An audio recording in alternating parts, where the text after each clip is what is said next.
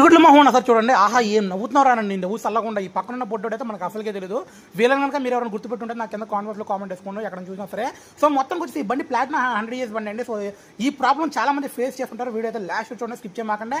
నేనైతే షాప్ కట్టేసే టైంకి వచ్చి మనోడు అన్న ఇది గేర్లు పడట్లేదన్న, ఈ సైడ్ స్టాండ్ మొత్తం ఇరిగిపోయిందన్న, ఏదో ఒకటి చేయండి అని చెప్పి వచ్చాడండి.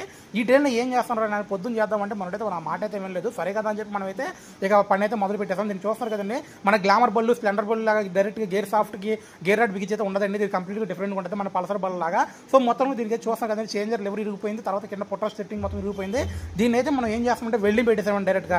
ఓకే మనం పౌండరీకి వెళ్ళొచ్చు, ఆ ఇరిగిపోయిన బోల్డ్ తీపియొచ్చు, ఇదంతా తర్వాత సంగతి. ఇప్పుడు పని అవ్వాలంటే ఏదో ఒకటి చేయాలి. స్టాండర్డ్గా మనం వెల్డింగ్ పెట్టేసాం, దాంతోపాటు 10 mm బోల్డ్ బిగించేసి గేర్ సాఫ్ట్గా అయితే మనం చిన్న ఫిట్టింగ్ అయితే ఇరిగిపోయిందని సెట్ చేస్తామండి. మొత్తం వచ్చి ఈ ప్రాబ్లం ఎవరైనా ఫేస్ చేసి నాకు కింద కామెంట్స్లో కామెంట్ చేయండి. అలాగే కొత్త వాళ్ళు ఎవరైనా మన వీడియో చూసినట్టయితే ఫాలో అవ్వండి గురు, లైక్ చేయండి, షేర్ చేయండి. మనం 9K దగ్గరలో ఉన్నాం. Thank you so much guys.